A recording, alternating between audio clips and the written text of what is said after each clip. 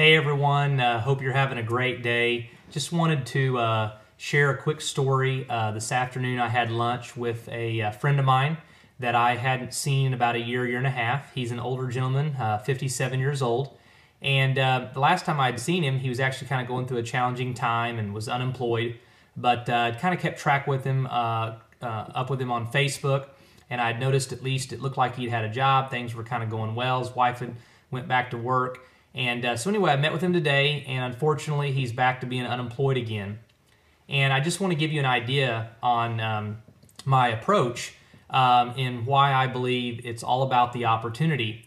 You know, he's been watching my Facebook post, he told me, for 2 or 3 months.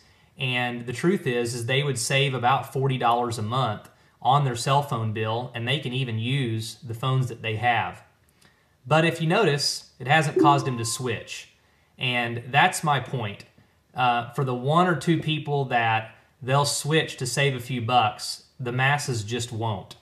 But what we discussed today was he's 57 years old and he's not sure where to go. He didn't actually get laid off at his last job. It was too physically demanding and he had to walk away. So I talked to him about the one advantage you have is you have 30 and 40 years of relationships, connections.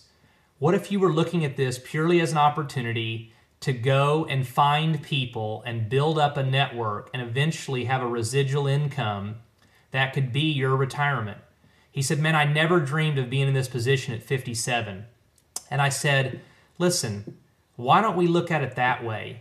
Who are some key people that you know?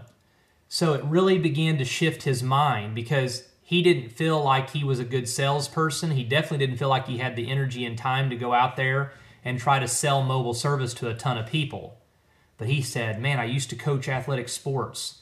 I know a lot of good young people. I know motivated people. You could just see his brain. It was really starting to, he was getting kind of excited. He said, well, my wife's kind of skeptical. I said, no problem. I said, would you like to have dinner where we can all get together and she can ask questions? I said, here's the thing.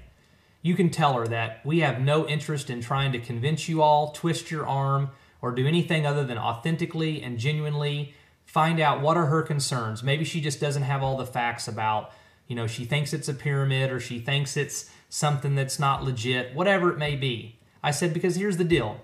If we lie to you and then you get involved and then you discover the truth, you're going to quit and leave anyway, and that doesn't serve either one of us well. And he said, man, that's a great point. I really think it'd make a difference, and I think she'd be open to that. I said, great, let's get together. So many people, they're in such a hurry to try to get a sign up that they never get around to mastering the art of recruiting and getting people to actually get to the point where they believe in themselves, they believe in the opportunity, and they see it for what it is, and they begin to go out and look for leaders. That's when multiplication happens, and I truly believe that's why our network is absolutely taken off like a rocket ship in the last 2 weeks. Tell your story, be genuine, and guess what? You'll eventually find people that say yes on their own because it's just good enough. And when they do, they'll begin to find leaders and your network will grow and you can relieve yourself of all this pressure of thinking you got to be something you're not and thinking you got to do it all. It's all about you, but at the same time, it's not about you. Just get out there, be consistent, recruit, recruit, recruit, and remember, never get them out of order. Have a great day, Tribe YOLO.